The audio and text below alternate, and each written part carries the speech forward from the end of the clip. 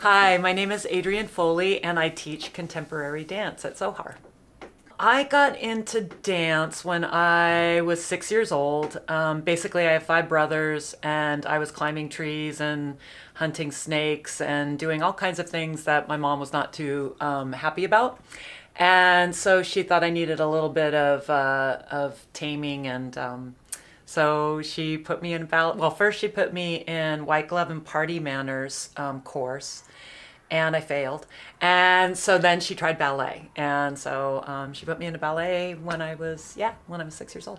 My kids were they were in school, as 5 and 7 years old. So I had my full day back all of a sudden as a mom, and I desperately needed a creative outlet. It just that wasn't in my daily life, and so I pursued a writing program in adult education at Stanford, but then I really missed the physical part of being creative.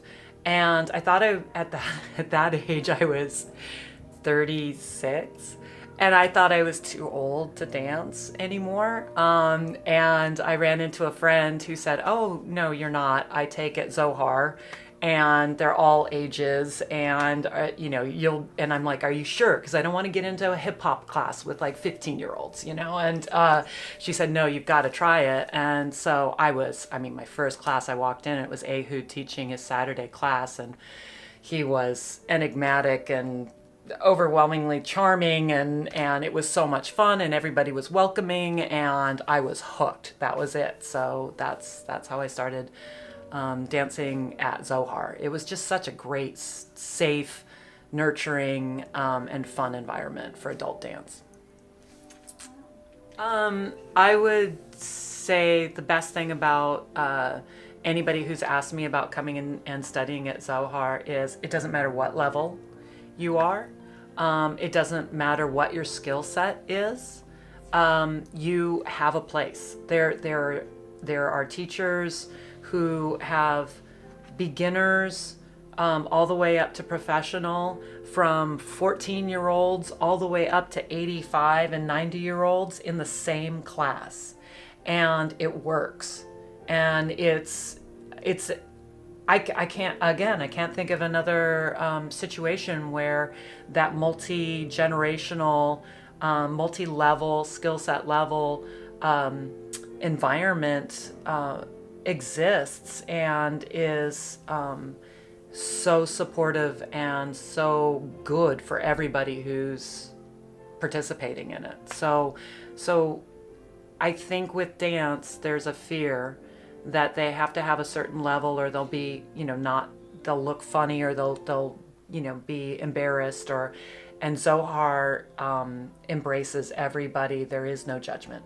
So it's just the perfect place if you want to express yourself through dance. So I'm inspired to continue to teach, although I am not nearly I have not taught nearly as many years as some of the other teachers here. So I'm a newbie, even though I've been at it for quite a few years. But I'm always renewed by the persistence of the students who come and share their process with me.